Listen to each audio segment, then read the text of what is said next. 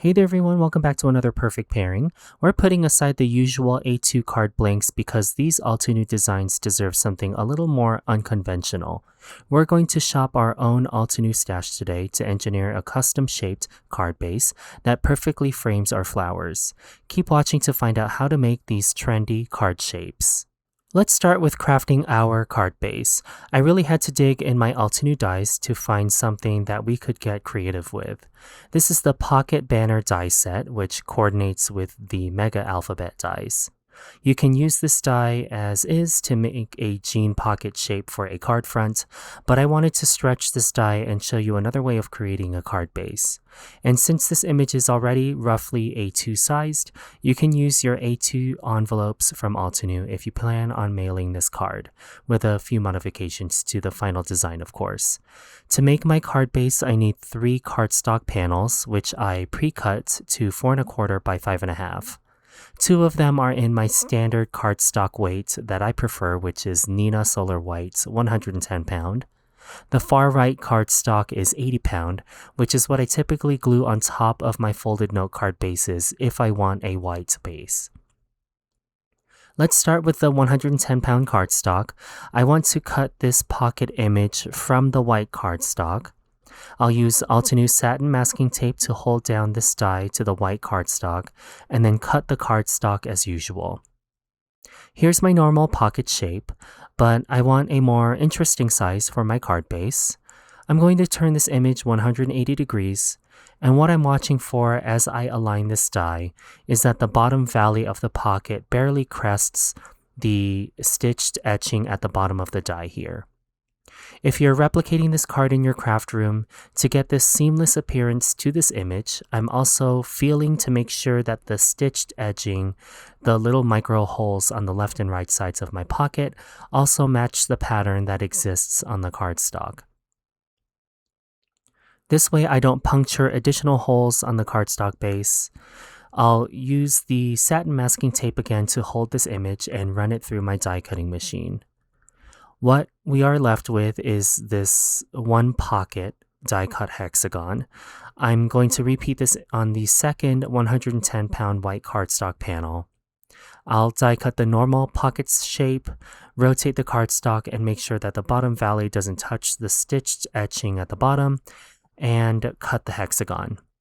If you're like me and want a perfect match for the front and back of your card base, I used the first cardstock piece as an alignment template to match the shape and position of the die. Then once I got the match between the 2 cardstock pieces, I'll remove the template and then run it through my die cutting machine. This is one of the things you'll kind of have to feel for through the stitch etching on the cardstock. It's a little difficult to describe visually. Doing this does give me an identical match for the front and back panels of my shaped card. So that takes care of the bases. I have one more white cardstock panel, which is the 80 pound panel. I prefer to craft on panels and then glue the final product to my final cardstock base. So I'll repeat all of the die cutting steps as previously mentioned to get an identical hexagon stitched panel that matches the base cardstock.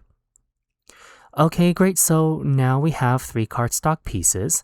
Let's turn this into our side folding or top folding card. On one of the 110 pound die cut hexagon pieces, I'm aligning the long edge of the shape to the left margin of my Altenew scoring board. Then with an Altenew bone folder, I'll score the 1/4 inch etching on the left side, parallel to the long edge on the left, and reinforce that fold with the bone folder. Then with the second 110 pound die cut hexagonal panel, you'll glue this folded edge to the unscored panel to complete your card base. You can also opt to do these steps last so that you can write on your base first before gluing or stamping your watermark on the back of your card. Just some other ideas to make this more enjoyable. Also, it's a matter of preference if you want this to be the front or the back of your card. I don't mind seeing the score line on the front of the card, but it does limit the movement of the hinge because you can't glue anything on the score line, or you can hide the score line on the back of the card so that you have a full front panel. That choice is yours to make. I kind of like the score line on the front of my card because it just adds a little bit more texture.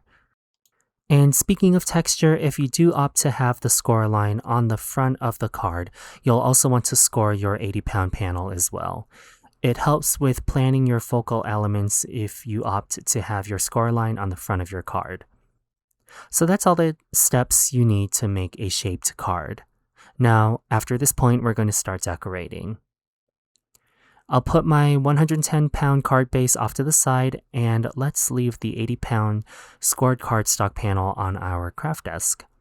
I'm going to start with Winterberry Poinsettias 3D embossing folder. I'm aligning the poinsettia images in a way so that we create a beautiful framed image of poinsettias on this white cardstock panel. Now, future Jaycee won't see the majority of the poinsettias, but the position of the berries on the card front was perfect in the end, so I'm not going to worry too much about the perfect quality of this embossed texture. After running this through my embossing folder sandwich on my die cutting machine, I'll use rose gold pigment ink to catch the high edges of the embossed design and add an element of shine to the textured panel. The softer sponge of the ink pad really creates the perfect application of pigment ink to these embossed edges.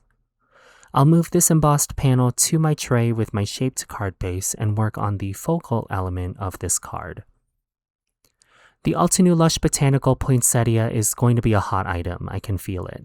The Lush Botanicals is a complete set of dies and coordinating embossing folders so that you can cut cardstock and then emboss the shapes for beautiful texture and Altenew's signature ease of layering with keyhole alignment system.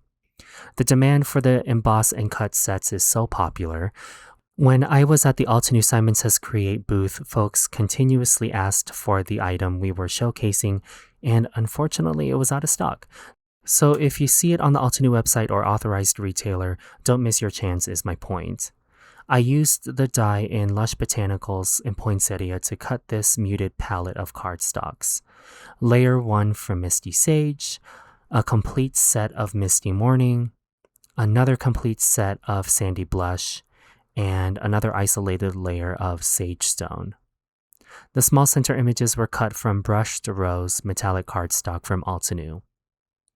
On my trusty 9x12 sticky matte grid, I'll ink blend the following colors.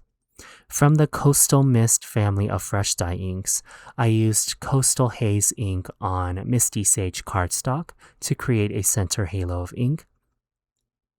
Then I used Misty Harbor on Sage Stone. I ink blended these colors using the mini ink blending tools, and I wanted a cooler transfer of green inks to get myself in the mood of holiday card making in July. I'll move these off to the side and bring in the bracts of the poinsettia. On the Misty Morning images, I'll ink blend Cloudy Sky and Nimbus Fresh Dye Ink from Tranquility. This coordinates with the cardstock color we die cut. I'm only using Nimbus Fresh Dye Ink on the 3 largest die cut bract images to deepen and create an interesting contrast on these images. Side note, I got water on these images while cleaning my sticky mats, so the final product is going to look a little bit different. Next, I'll bring in the Sandy Blush bracts and blend Earthy Rose and Toasted Paprika to add just a touch of depth to the Sandy Blush cardstock. I wanted something that matched the halo of rose gold pigment ink. Here's the beauty of the emboss and cut. When we use the coordinating embossing folder to add texture to the die cut and ink blended shapes, you get this beautiful lifelike impression on your die cuts. After doing the leaf layers, I'll move on to the bracts. You can emboss each image one at a time, or you can attempt to add all the images to the embossing folder. You just have to align the die cut to the outline of the coordinating shape in the embossing folder. And there is a correct orientation. You'll want to make sure your die cuts are upright as you emboss them. If you turned them upside down as you ink blended, the correct side won't get embossed in the folder, so just keep that in mind as you're crafting. Lastly, I'll emboss the blush rose flowers. No need to worry about the keyhole center image. You'll want to emboss the solid piece. Before I start gluing all the layers together, I'll do one last step with ink. I'm adding a gilded edge to the bracts of the poinsettia with rose gold pigment ink, the same as what I used for the Winterberry Poinsettia embossing folder. Then I'll follow the T keyhole alignment opening to the layers. And finally conceal the opening of the keyhole with the final finishing flower center layer. I won't glue down the leaves to the bracts just yet, just in case I want to modify the arrangement of the front of the card. After planning for this arrangement on the front of the card, I'm left with the perfect opening on the top left of my card for a sentiment. This Timeless Sentiments Holiday Edition, or Timeless Sentiments 3, just happened to fit the theme and also the placement on my card. I glued and stacked layers of white cardstock and then glued it onto brush rose metallic cardstock offset shadow layer. To finish the assembly of this card, I glued the embossed panel to our folded shape card base, then foam mounted the embossed poinsettias to the planned area of the right and bottom right areas of the panel. If you're experimenting with arrangements on your card, just make sure you're not gluing anything on the scored side of your card. Then before foam mounting the sentiment on top of the card, I'll use the metallic watercolor pan set and rose quartz to add coordinating splatter on the entire card front. Then after foam mounting the peace and joy sentiment, I'll use Pewter Stellar Sequins to further embellish this card. And that completes our project for today. The project banner die set and the Lush Botanicals poinsettia are a truly perfect pairing, proving that you can stretch the items already in your stash to craft something completely unexpected.